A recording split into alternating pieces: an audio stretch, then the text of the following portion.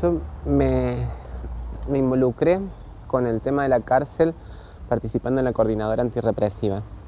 Creo que en el 2007 o 2008, más o menos. Éramos el colectivo Caracol, orgánicamente, y participábamos de la coordinadora junto con otras organizaciones e individualidades. Y ahí Adriana Rebol, una militante de derechos humanos histórica acá de Córdoba,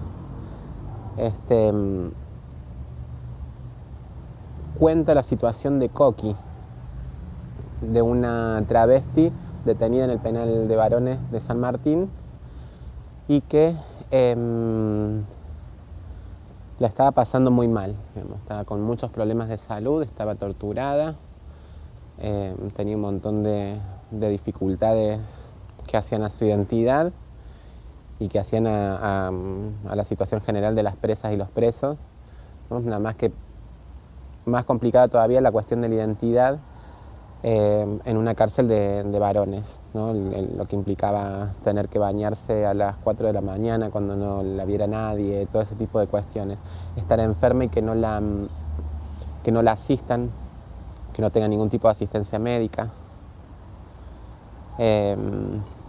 Bueno, muy tirada, muy abandonada por el servicio penitenciario y muy adrede también, ¿no? Porque Coqui era una compañera que adentro de la cárcel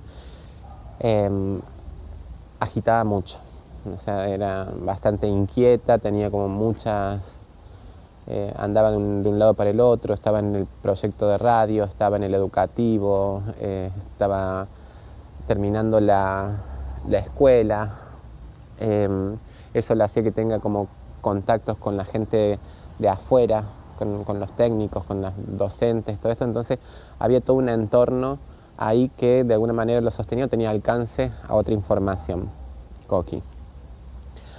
Cuando me cuentan de la situación, que estaba muy mal de salud, que no estaba siendo atendida, que ya se había encadenado, que había hecho huelga de hambre y todo, entro a la cárcel a ver cómo. Yo nunca había entrado a la cárcel, ¿no? Yo no sabía ni qué había que llevar. Dije, bueno, yo voy a la cárcel.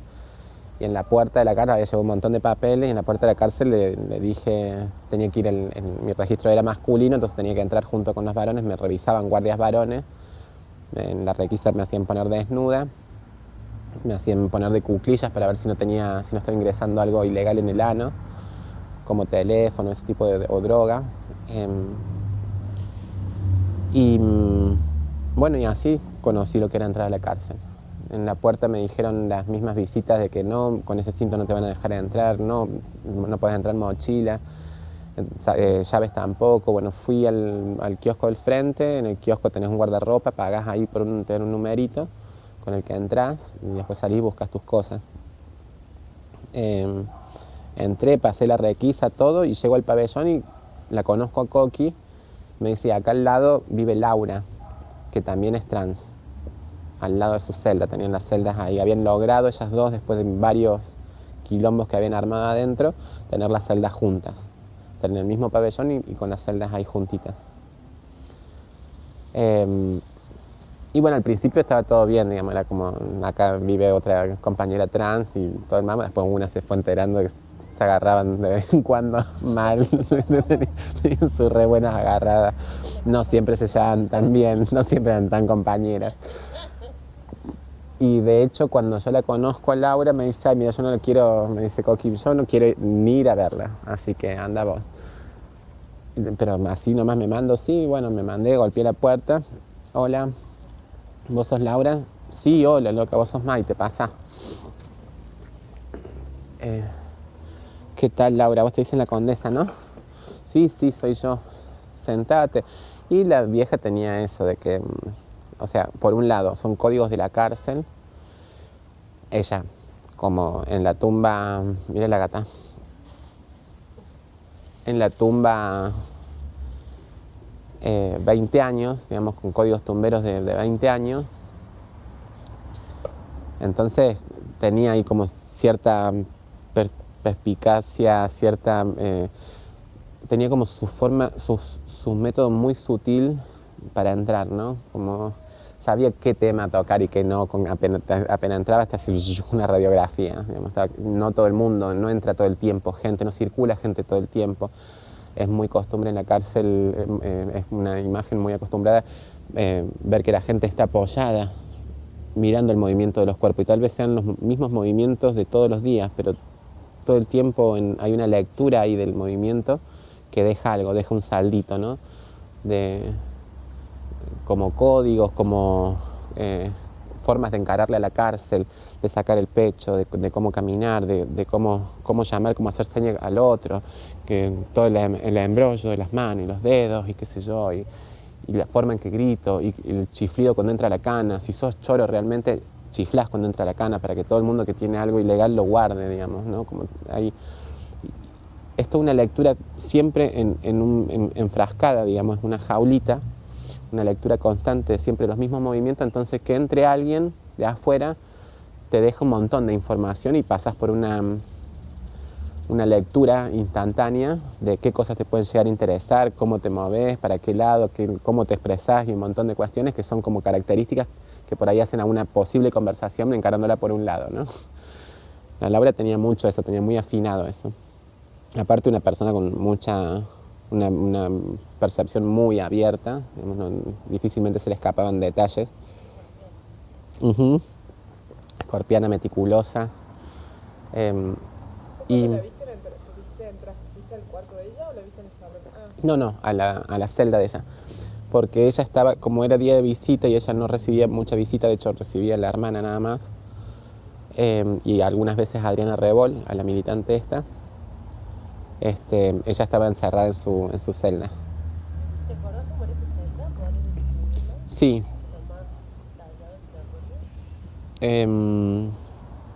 Nos sorprendió que tenía la compu adentro, pero como estaba en cuarto año, en aquella época, habría estado en segundo año de letras.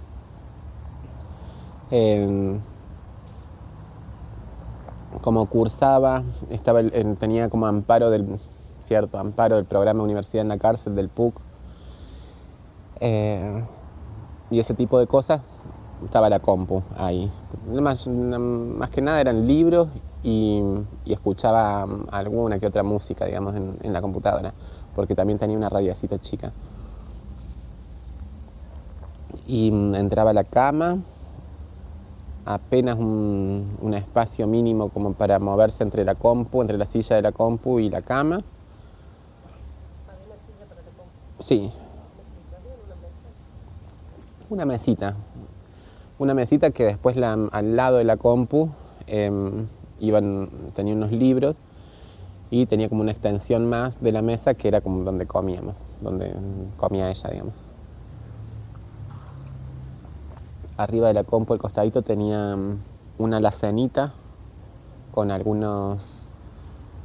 un plato, ese tipo de cosas. Ahí en la cárcel no hay cuchillos, pero todo de plástico.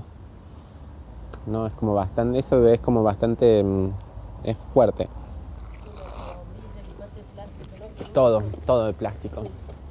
Comer entre el plástico, tener el trato que tenés, sentir de que las cosas no son tuyas, no hacer una relación con un descartable, porque a pesar de que hay toda una relación con el descartable, ¿no?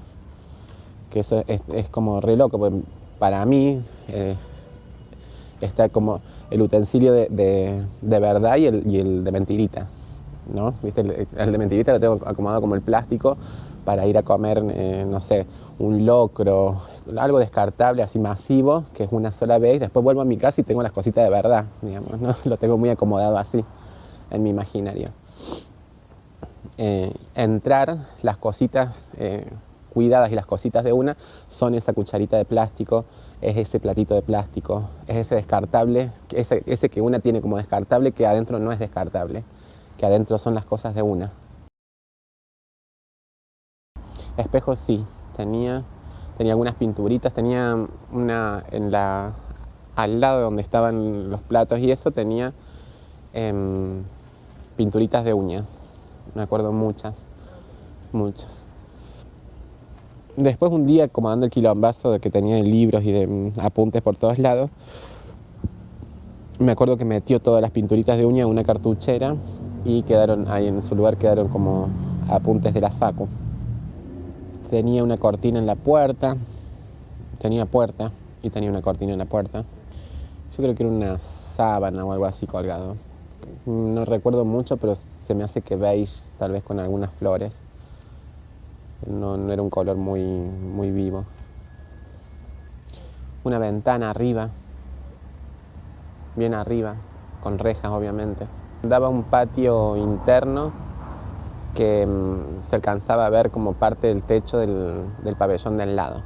Entonces se veía algo gris así. Era como entrar a un sótano. Era mucho olor a humedad.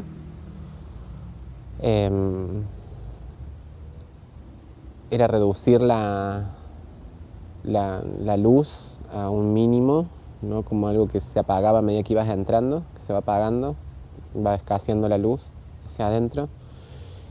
Y se comunican de un pabellón a otro por ahí gritándose, entonces cada tanto sentí ahí como González, Kikilo, Pato, Pollo, y se van sintiendo como con diferentes tonos de voces a medida que vas entrando. Para mí era como, es como entrar a un, no sé, no quiero ser muy fuerte porque hay personas, digamos, viviendo ahí, hay personas que la tienen que atravesar a la situación. No me gustaría ser a mí como muy despectiva, porque después de todo hay gente que vive, digamos, ahí. Pero era como entrar en un circuito de, no sé, en el ambiente yo respiraba, al menos lo que a mí me producía subjetivamente, era como entre la nostalgia, la angustia y esos gritos que pareciera como que en algún punto tenía que pasar un montón de rejas y esos gritos que estaban más adelante me hacían como que tenía que llegar, o sea, era como un grito para mí, de alguna manera. Se estaban comunicando entre pabellones, eran mambos que nada que ver. Pero en algún punto yo sabía que tenía que atravesar todas esas rejas, que tomar coraje porque tenía que llegar ahí donde estaban los gritos, digamos. Era como, no sé, era como muy... Sí, o como si fuera una pequeña isla, vos vas ahí como en un mar de angustia y de tenebrosidad entrando a la cárcel, y ese que está gritando en algún punto está en una isla en el que te dice que podés llegar a pisar tierra firme, ¿no? Que es cuando llegás, pasas toda la parte de los guardiacárceles y llegás al pabellón donde están los presos, digamos. Que para mí era ya llegar al momento al lugar de confianza. Digamos, si bien no conocía los códigos, eran las primeras veces y me costaba, tenía como mucha dificultad. Al principio, como para entender todo lo que pasaba, me llevó un tiempo. Sí me sentía en tierra firme adentro del pabellón. Sentía con mucha inseguridad en la parte de los guardiacárceles, que claramente se van bastardeando la visita, me hacían desnudar, me hacían preguntas sobre mi cuerpo, sobre mi identidad, me hacían bajar, abrirme el ano, mostrarles el ano y bajarme de cuclillas, pararme, volverme a bajar. Y era como un entrenamiento de milico, digamos, el que me hacían. Entonces como que en algún punto todo eso me dejaba como muy vulnerable a lo que era. Y aparte del maltrato de las guardias, que frene, le dije, que se vaya. No, espera atrás. No, ¿y usted es la primera vez que viene? Sí. ¿A quién viene a ver? Y tenés que acordarte en el momento de a quién vas a ver y en qué pabellón para que ellos estén seguros de que no es un contrato casual de entrada de droga, no es un trabajo de mula casual que yo estoy teniendo, sino que realmente voy a ver una persona que conozco. Entonces, ¿a quién va a ver? ¿Qué pabellón me dijo? ¿Qué apellido me dijo? ¿Qué pabellón? Ah, bien. Bueno, pase, haga la cola ahí. No se apoye en la pared, no se va a caer. Como todo eso me hacía sentir muy vulnerable con los guardias, cosa que no pasaba en el pabellón. En el pabellón, todas las ansias de recibir una visita de alguien de afuera y todo, era como, te presento a tal, hola querida, ¿cómo andás? ¿Todo bien vos? Qué bueno, ¿qué se cuenta afuera? Bueno, che, nada, te acepto un matecito, pum, y pasaban, visitaban, hola, venía a saludar a la visita, ¿cómo le va? ¿Todo bien? Entonces era como mucho más acogedor, era tierra firme el pabellón, y lo otro era un oleaje que andás a ver, tempestivo, digamos. Yo creo que el relajarme con algunas cosas, que no alcancé a naturalizarlas, ¿no? Pero el relajarme con relajar algunas guardias muy fuertes que tenía con la cárcel, fue a través de la relación que fui construyendo con Laura. Porque si bien con Coqui yo seguía yendo a ver a las dos, después al tiempo, pero con Coqui era más como sacar sus denuncias a la calle, hacerlas públicas, mover papeles en tribunales, pedir servicio médico, ir al hospital Rawson a ver si podían levantar el teléfono desde la asistente social a preguntar qué estaba pasando con tal detenida. Era como más intentar dar una espalda, digamos, más... Lo asistencial no me gusta, digamos, ¿no? La lógica asistencialista, pero era como ser una asistente, claro, no sé, como era... Claro, era como mover mucho en función de sus necesidades. Con Laura tuvimos como otro contacto. Ella era como bastante más independiente, digamos. Ella tenía muchos años en la cárcel, era muy respetada.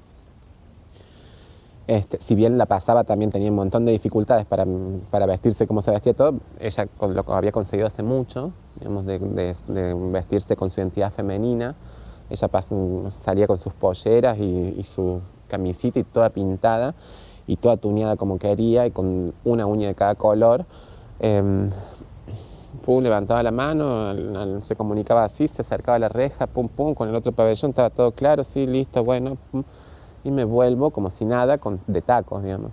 ¿No? O sea, una cosa que es mucho más afianzada, mucho más fuerte, mucho menos vulnerable que Coqui, si se quiere, que no tenía 20 años de estar en cana, que estaba cumpliendo una condena mucho más chica, que venía de un pueblo del sur y que había escapado porque la familia casi la mata por ser trans. Entonces era otra realidad, digamos.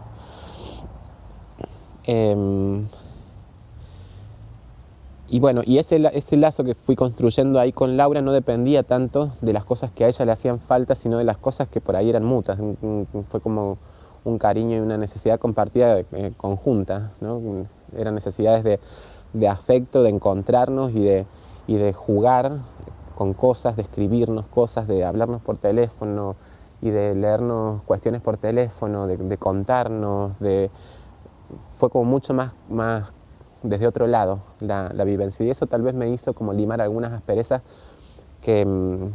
o no naturalizarlas como decía recién, pero sí amainar algunas guardias que internamente eran como mi autodefensa ante la guardia de la cárcel y ante lo que la cárcel me significa. A mí al principio se me armó todo un batallón de defensas, de mecanismos de defensa internos. Psicológicamente era como muy fuerte ir a la cárcel.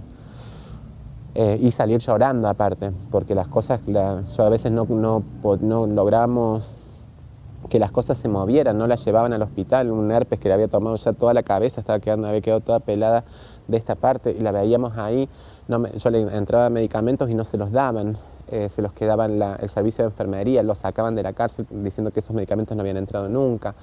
Las cosas se pierden adentro, las negocian con otro preso que tal vez tiene plata o tiene más visita, entonces se la dan a ese y se lo cobran. Entonces como todo un negociado adentro tan grande entre el médico, la iglesia, la cantina que es de los evangelistas, es todo así un negocio muy grande. Un paquete de yerba te cuesta 3 veces más que lo que te cuesta en la calle. Una etiqueta de cigarrillo te cuesta más caro, todo te cuesta más caro. Por eso la cosa es entrar desde afuera, paquetes con provisiones. Hay bardos porque se sacan las zapatillas, se sacan cosas que son a veces entre mismos presos, tienen que robarse y sacarse cuestiones, porque tienen las necesidades básicas, pero más que insatisfechas, las tienen postergadísimas. Entonces es como un ambiente muy, muy fuerte así. Yo creo que el vínculo emocional que tuvimos con Laura me hizo limar muchas cosas. De hecho, nos terminamos anotando como cuando ella tiene el régimen de semilibertad, nos inscribimos como pareja de lesbianas. Entonces yo, como su concubina, podía quedarme en cana con ella los fines de semana, que eso la hicimos ya en Montecristo, cuando estaba en Montecristo, que es como una granja, el complejo ese. Sí, iba a dormir, me quedaba una noche, tenía derecho a una noche, así que caía suponete el sábado al mediodía y me iba recién el domingo a la nochecita. Entonces pasábamos mucho tiempo juntos. Y bueno, y pasar a que la cárcel me signifique todo eso, al venir con todo un imaginario muy de afuera, encontrarme con ese choque y después llegar a quedarme en cana con ella, fue todo un proceso muy largo, digamos. Yo creo que fue lo emocional y lo bien que nos sentíamos juntas, habíamos hecho una amistad bastante fuerte, lo que me hizo como sortear algunas cuestiones, algunas asperezas con la cárcel. Pero nada, todo un tema, hay cosas que son terribles. Igual estaba con Laura, con Laura, que hacía 20 años que estaba en cana. Nadie se hacía el atrevido con Laura, de los presos. Y el cana que se animaba a hacerse el atrevido conmigo, con su visita o con ella misma, ella ponía el grito en el cielo. Y no le importaba para nada tener algún día de arresto, estar en cana, que le dicen adentro, que es cuando te llevan a aislamiento.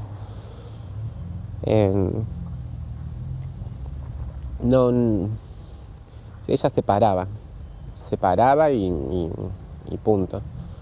No hay tu tía, y si no, pido hablar con el director, y el director la tenía que atender, la directora la tenía que atender, la jefa de seguridad la tenía que atender, se plantaba y se plantaba.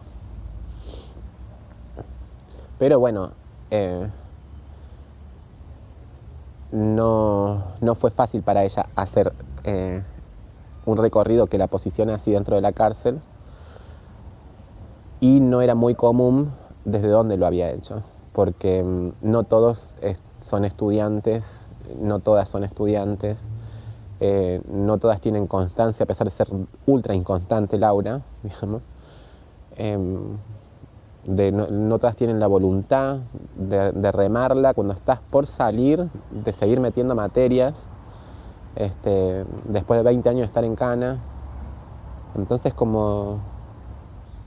creo que movía cosas desde otro lugar, digamos, había una fortaleza que de alguna manera armaba ese personaje Laura, que se enfrentaba a los guardiacárceles, que los guardiacárceles terminaban retrocediendo, terminaban concediendo algunas cuestiones o cediendo sus retos y sus castigos, porque no te lo decía cualquier persona, te lo decía alguien que estaba construida y reconstruida con todo un revoque de fortalezas muy fuerte. Y eso pesa adentro, porque todo el mundo la conoce. Y en la calle, hasta la conocen en la calle, en la zona roja. Yo cuando voy hablo de la Condesa. Cuando salió la Laura, yo me fui a encontrarme con ella en el centro, en un departamento del sobrino, que ella se iba a quedar ahí. Y de camino me encuentro con varias y le digo, me voy a ver a Laura Pilieri, que salió. ¡Ah! ¿Salió la Condesa? Sí. Dice que la Condesa salió, y eran todas pibas, ninguna la conoció. Es parte de una leyenda, así, es como parte es algo que se habla, es alguien de quien se habla. Son historias, son historias que hacen también a nuestra comunidad, historias que hacen, no sé, a nuestra identidad también, como si nosotras podemos ser en un corralito puesta para las trans, que es la zona roja, ahí construirnos, reconocernos con otras, y plantarnos subjetivamente desde lo trans, ahí, haciéndolo con las otras, en esa secuencia de tal vez hasta de esquina a esquina, o de una esquina que está al frente de la otra. Imagínate todo lo que hace a la historia de ese corralito, de las que no querían prostituirse y robaban y dormían con goteros a los tipos, de las que se plantaban a los tiros a la cana, de las primeras que se plantaron, que las llevaban y volvían, y te voy a volver a llevar, y volvían a la esquina, y volvían, bueno, ellas son de esa generación, son de las que hicieron posible de que nosotras hoy nos podamos construir en ese corralito, que será así de precaria, digamos, la posibilidad que tenemos para hacerlo, ¿no? Es muy precario esto de que sea un corralito, que sea de noche, que sea en determinada zona, y muy marcada y atravesada por una cuestión prostibular que no lo manejamos 100% nosotras, que es donde intervienen los chongos, donde interviene la carne, donde intervienen un montón de violencias también. Digamos, así nos tenemos que construir, pero no es menor tener un espacio y poder encontrarse con otras para construirse. Y eso es un legado que nosotras tuvimos de otra generación. Laura hacía parte de esa generación y hizo parte de esa generación que no pasó inadvertida porque nunca fue sumisa. Yo creo que cuando se cuente la historia nuestra, es como cuando se cuenta la historia de nuestro pueblo. Hay tantas cuestiones que no son hitos históricos, que no son el cordobazo, que no son la revuelta, no sé, no son el rodrigazo, el viborazo, el santiagueñazo, no son el 2001, pero para nosotros son desde lo más sencillo y lo más básico y lo más sutil, lo más pequeño, han sido grandes acciones que nos han dejado ser, que nos han dejado existir, digamos, que nos han hecho un camino posible a recorrer.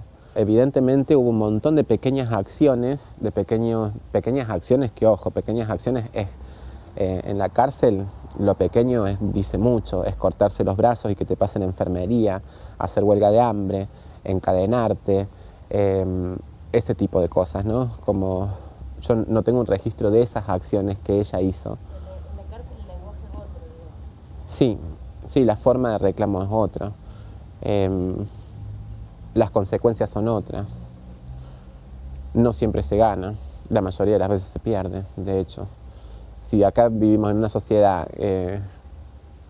controlada al máximo, estamos totalmente alienadas y castigadas, controladas, vigiladas y todo, imagínate lo que es la cárcel, ¿no? Como eso es una pequeña porción de la torta, todo cómo se evidencia ese control y esa opresión y todo el poder que tienen, toda la impunidad que tienen para poder responder a un acto de rebeldía.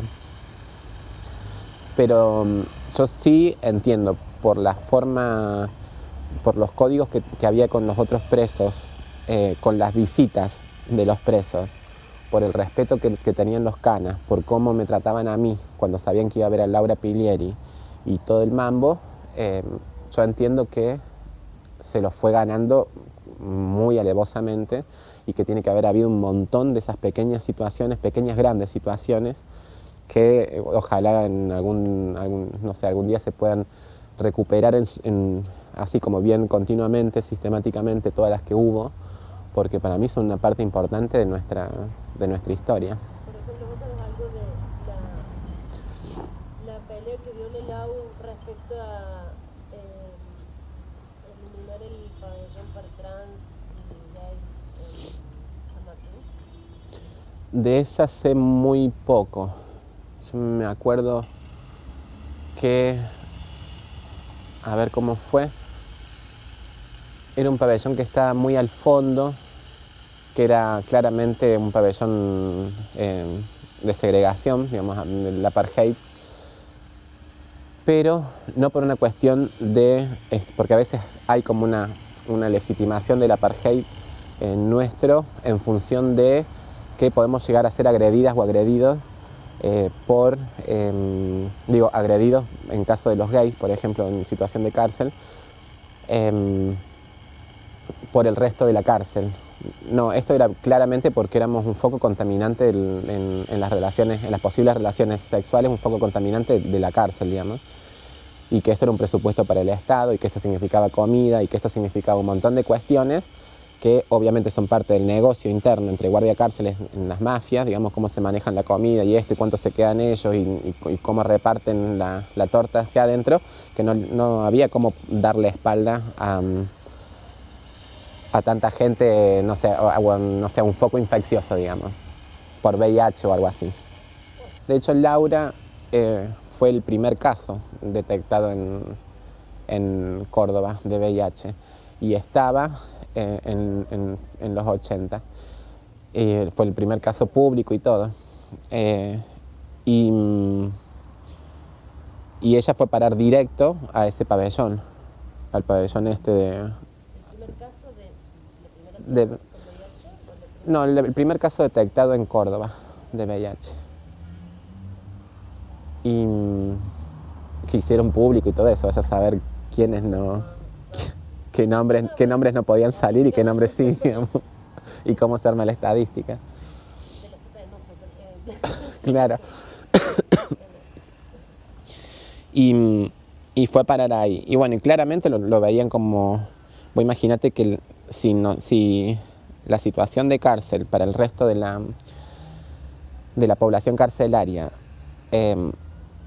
ya es todo un tema para recibir visitas, para recibir víveres, para un montón de cuestiones, el hecho de que nosotras vengamos ya discriminadas desde afuera, parar en la cárcel, en un mismo pabellón donde no tengamos contacto, no se habla ni de relaciones sexuales con nadie, o con muy pocas relaciones sexuales, porque en definitiva después en las situaciones de encierro se da mucho de que las prácticas sexuales son entre las que estamos y punto, digamos. Pero no había relación con el resto de la población carcelaria, no había posibilidad de conseguir víveres, era todo mucho más precario.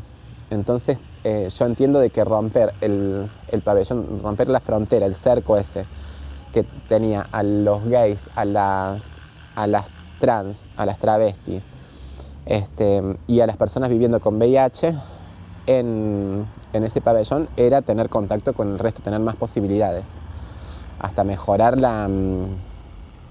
todo, mejorar la posibilidad de alimentación, de relacionabilidad, de todo. Entonces, sé que por eso lo hicieron. ¿Cómo fue bien la lucha? No sé. Sé que Laura estuvo, me habían contado a mí la historia. Laura, la negra Alicia, varias. ¿Alguno de ellos vio? Sí, sí, vi. Esto fue en San Martín. Después San Martín deja de ser cárcel y Laura ya estaba en el régimen de semiabierto.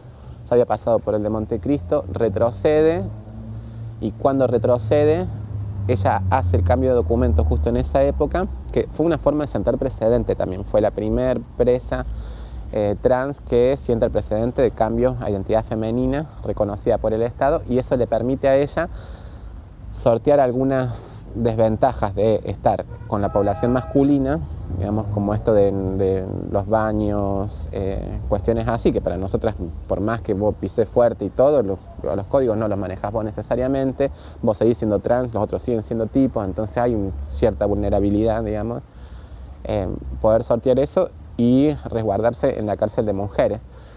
En realidad pasa al régimen de mujeres semiabierto y después retrocede ella por una llegada tarde y por una pelea con una guardia de cárcel, la vuelven al sistema de máxima seguridad Bower.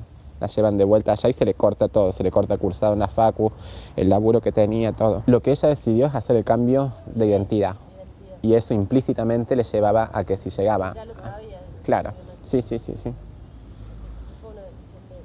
Sí lo sabía y ya habían sacado el CROM también de cerca de la facu y a ella le quedaba más cerca, el CROM de varones, habían sacado el régimen de semilibertad de varones que estaba cerca de la facu y a ella le seguía conviniendo en tiempos y todo.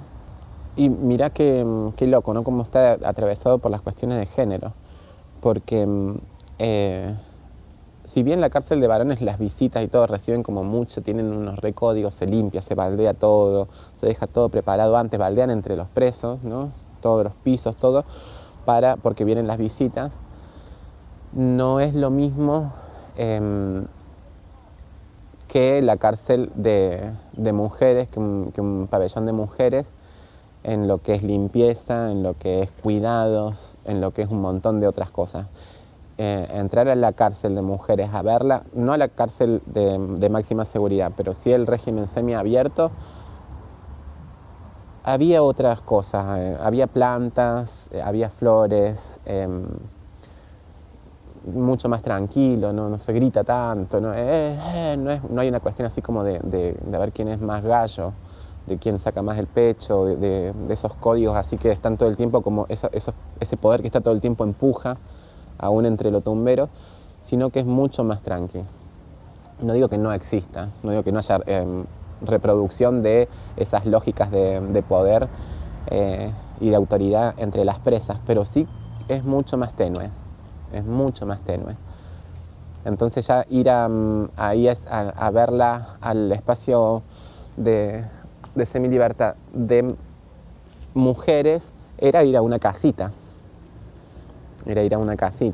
Entrabas y ya había una mesita, era una casita, un departamentito, digamos. ¿Te acuerdas cómo era esa habitación? Sí, ella tenía una mesa,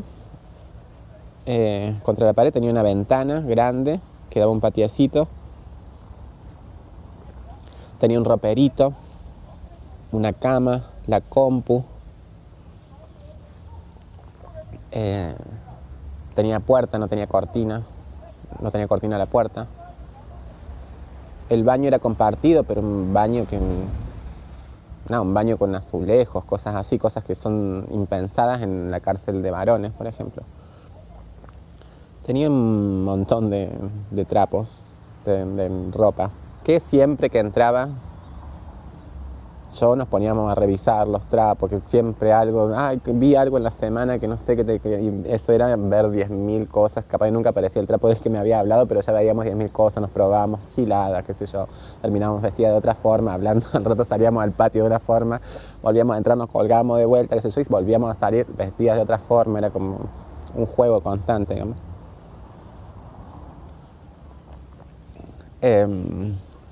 Bueno, y eso. No me acuerdo si tenía una mesita de luz. También porque yo compartí con ella San Martín, el CROM, que es la cárcel que estaba atrás del Misericordia, de varones. Después el CROM de Montecristo, después el CROM de mujeres y después la máxima seguridad de mujeres. Fueron 5 cárceles, y fueron varios cambios de celda también. Entonces tengo como un registro de muchos espacios juntos. Sí, Laura también ya se había ganado, digamos, algunas cuestiones con las guardiacárceles. De hecho, cuando tenía permiso para venir acá, venía con seguridad, venía con custodia.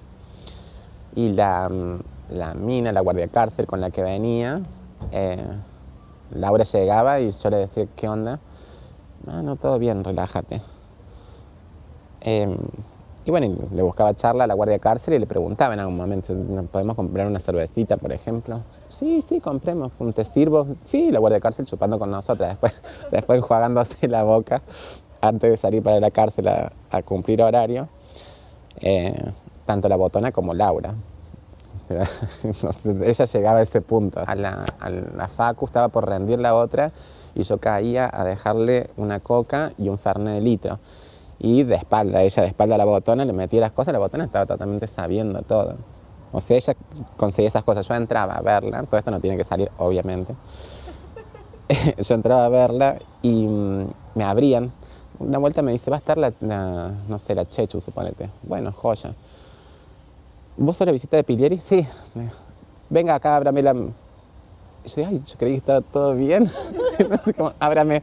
Sí, abro, pum. A ver. Muy bien, cierre, pase nomás. Oh, ¡qué culiada! Claro. Y sabía que yo entraba con el celular, que teníamos celular adentro, todos sabían, pero había conseguido eso, digamos. Y después, sí, hay botonas re brígidas, con las que no se podía hacer nada. Sí.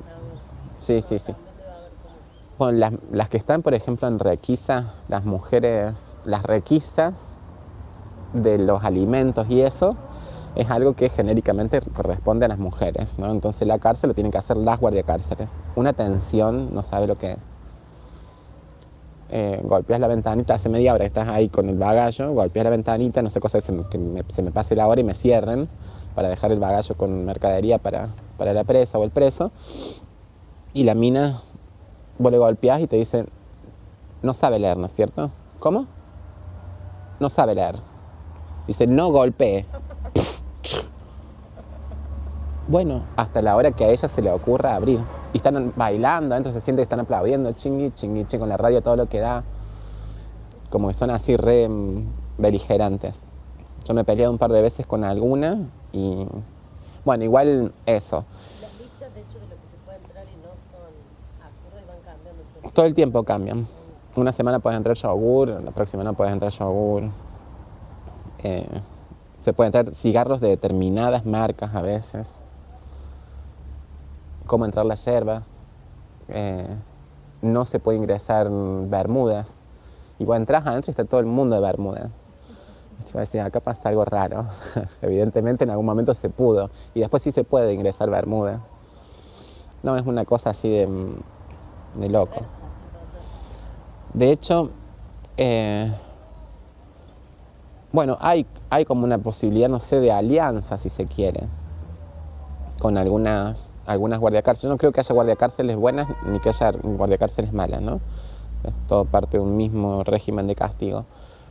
Pero sí hay como pequeñas alianzas, son las microalianzas esas que algunas cosas permiten. Por ejemplo, a mí una vuelta no me dejaban entrar a verla, a Laura, porque decíamos prohibido entrar de musculosa, y lo mío era un vestidito, pero que era como bastante, no era abierto, pero sí tenía como un escote bastante grande,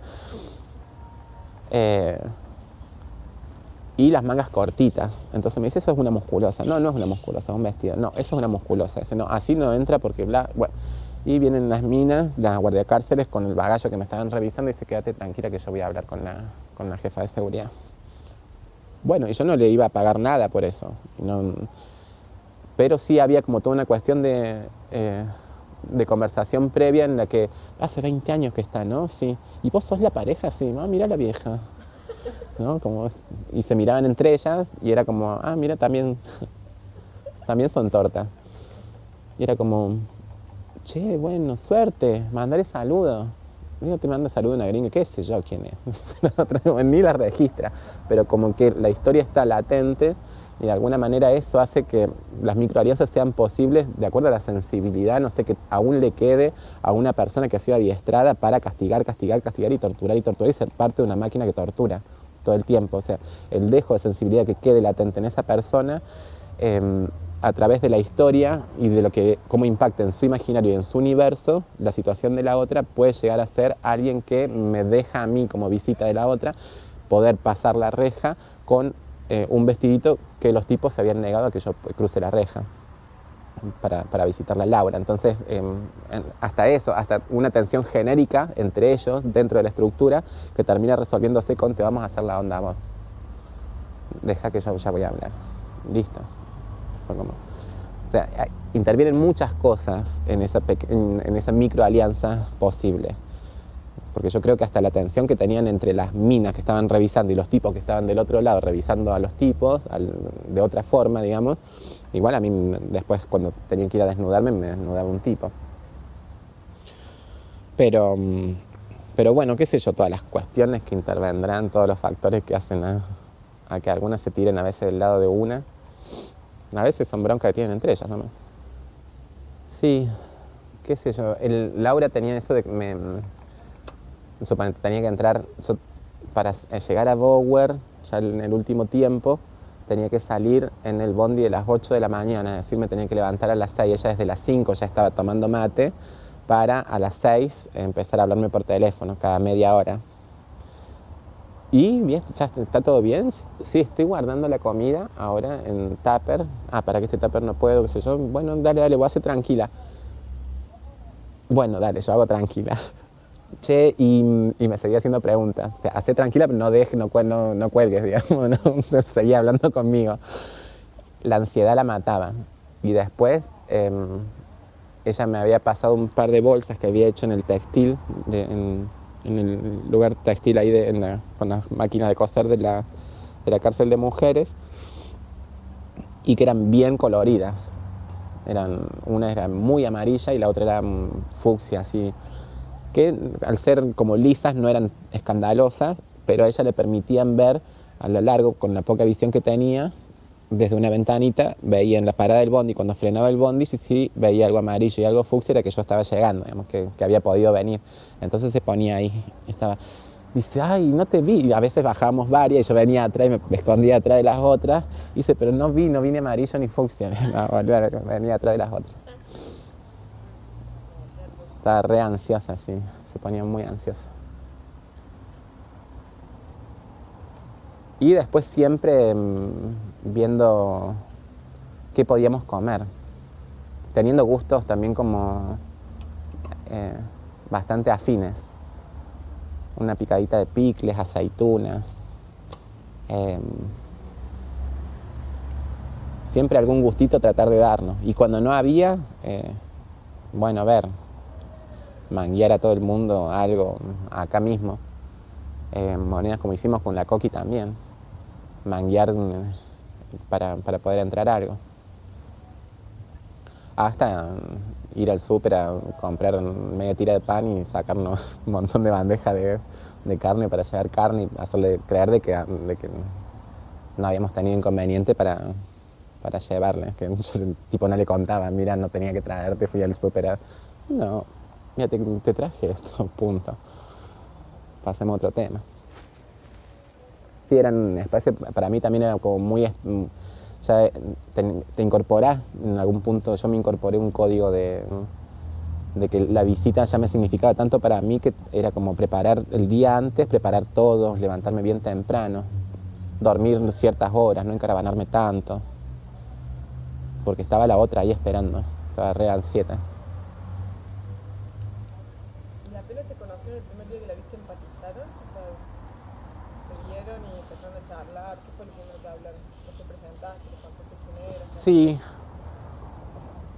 Me acuerdo que le pregunté, no sé si fue lo primero, pero que le pregunté por los apuntes.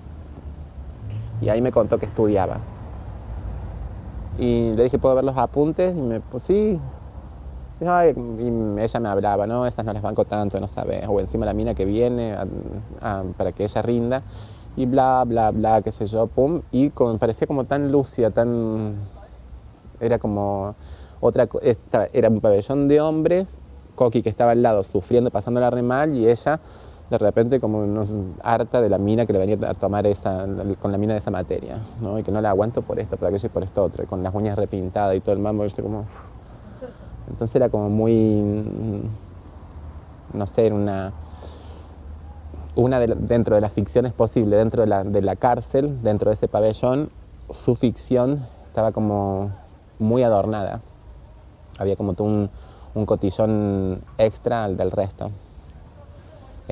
Tal vez que era mucho más empático conmigo que el del resto. No, a descubrir, ¿no? Pero empatizamos por eso, por la particularidad de lo que ella ponía en juego, de lo que ella manifestaba, de la forma de moverse, de los comentarios que leíamos. Estábamos hablando de algunas materias, no sé, hablábamos de semántica, hablamos de otras cosas que no hablaba con el resto en la cárcel. Y no dejamos de atender todo lo otro, todo el tumberaje, ¿no?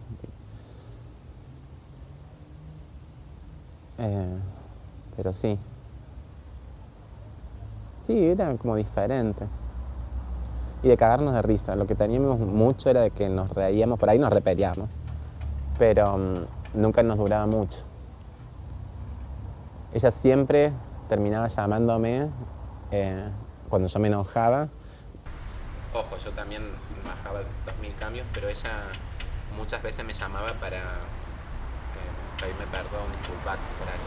Como que también el tiempo para carburar en una celdita, imagino que debe ser en potencia, y yo me quedaba muy mal cuando discutía. Pero tarde o temprano hablaba y no sé, le encaraba por otro lado al principio. Tipo, ¿qué haces? ¿Todo bien ahí? Che, la visita esta semana es el jueves, yo no sé si vas a poder venir. Cuando estábamos despidiendo a Novera, che, bueno, y disculpa por el otro día, yo sé que me saqué o no sé qué, sé que te jodo mucho, o ya, no sé. Sí, no te das grave. Bueno, me llamás, dale, te llamo más tarde, dale. Estamos todo el tiempo hablando por teléfono. Creo que todas debemos poner esos mecanismos, ¿no? Todas debemos hacer andar esos mecanismos. Esas como las tecnologías para de supervivencia, generarnos algo, en algún punto vivirlo, desde algún punto en que sea compatible, que no me termine ahogando, no me seguís viva allá adentro porque algún mecanismo de defensa dispusiste para poder llevarlo, y eso implica ahí como generarme un imaginario desde mi subjetividad. Yo creo que el de ella no era muy distinto al del resto en ese sentido, pero sí entiendo de que todas, así como la mía, viviendo en una sociedad de control afuera de este lado de la cárcel, de este lado de la reja, es parte de una ficción, que todas vivimos ficciones, ponemos ficciones en juego. Creo que la ficción de ella, en comparación con las otras ficciones que había adentro, era muy particular porque vos entrabas ni siquiera la celda, era la habitación de la condesa, digamos. Yo aprendí a dimensionarla así. Difícilmente esté ella llorando y diciéndote, a veces sí llorábamos juntas, pero no era una constante así. Que por ahí vos entrás a ver a alguien y bueno, y tiene todo un montón de cuestiones a descargar, y siempre es así, ¿no? Como una catarsis desgarrante de angustia y un montón de cuestiones. Bueno, con ella no. Con ella lo más probable, no sé, que pasáramos de hablar de una materia o hablar de los juegos que hacían en teatro a un poco de coyuntura, que ella estuviera al tanto porque le gustaba ver un noticiero, que como tener otro diálogo, un diálogo más fluido, empático. Creo que es eso, una cuestión de empatía, en realidad no sé si hay una diferencia, si hay algo especial para que nos hayamos entendido.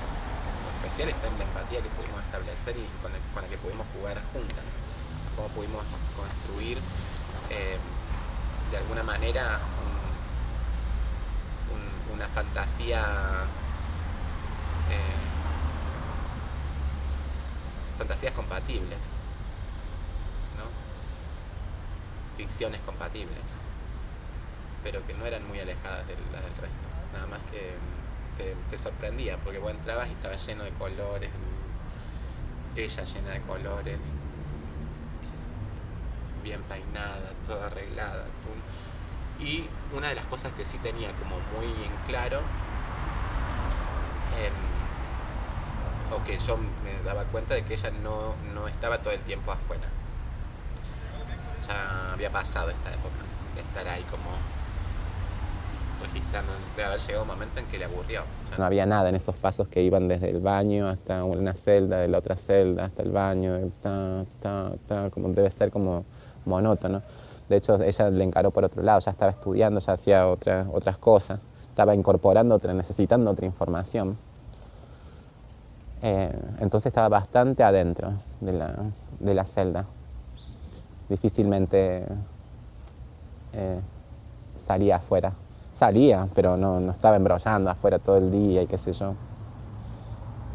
Cuando yo estaba, no sé cuándo yo no estaba. ¿Por qué le decían la condesa?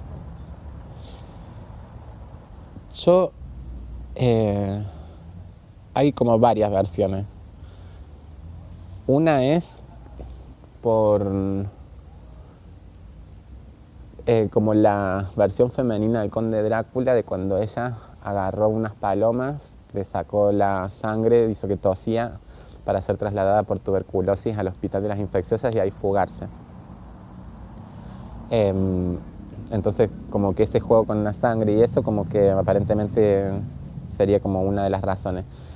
Y después me contaron también de que la condesa ya era conocida como la condesa antes de entrar a la cárcel, y que tenía que ver con los atuendos que usaba, y porque en el diario, de hecho, la primera vez que se fuga, cuando la agarran acá en el centro,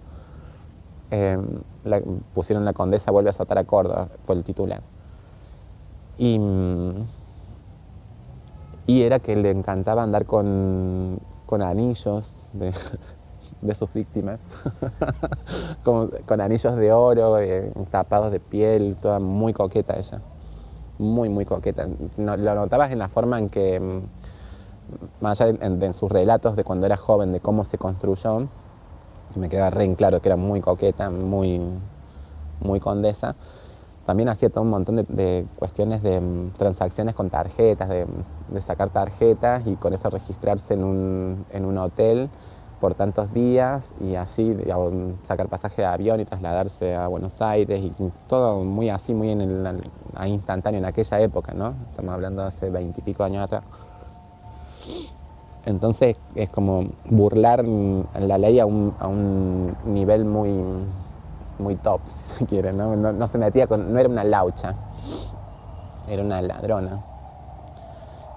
Entonces, muy así, ella, con la forma de caminar nomás ya te das cuenta, así que en el meneo y lo erguida de la postura te das cuenta de que ella como no la jugaba de paisana, no sé, no era como yo. Era muy ahí siempre. No, ella queda como una leyenda instalada. Después sí, debe haber habido un montón de cosas que hasta, viste, que como es el pópulo, la voz del pueblo, ¿no? Como en lo popular, cómo se instala una imagen y cómo se va acrecentando. De haber 10.000 cosas que ella nunca hizo y que la gente cuenta. Pues, viste que cada quien cuenta desde un lugar las cosas que a veces agrega, saca, qué sé yo, y bueno, y la otra se lo contó a otra y lo fue agregando más y sacando más y se va haciendo, va cambiando la historia. Entonces, evidentemente sí, debe haber 1000 cosas que... Pero yo, más que nada, las anécdotas que me llegaban a mí, como el tiempo que yo no hablaba con otras personas o con otras trans acerca de la Laura, salvo cómo están. Y está bien, qué sé yo, comentarios así. O está así, anda así, parece que está esperando tal parte para entrar en tal periodo de aislamiento, de semilibertad, de contar así como esos detalles. No reconstruía la historia de Laura sin ella. Y como cuando nos encontramos teníamos que trasladarnos por si nos encontraba alguna guardia de cárcel, o teníamos que estar todo el tiempo juntas, diciendo que habíamos salido a comprar, pero que estábamos volviendo a mi casa, porque era el permiso que tenía, las historias que me contaban, me las contaban con ella al frente.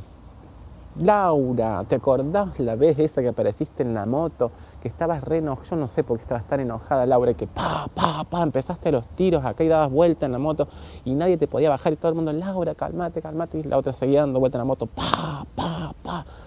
con mucha bronca porque no sé qué le habían hecho. Alguien le había sacado algo, le habían querido robar, o no sé, o le habían querido cagar con una tranza, una cosa así.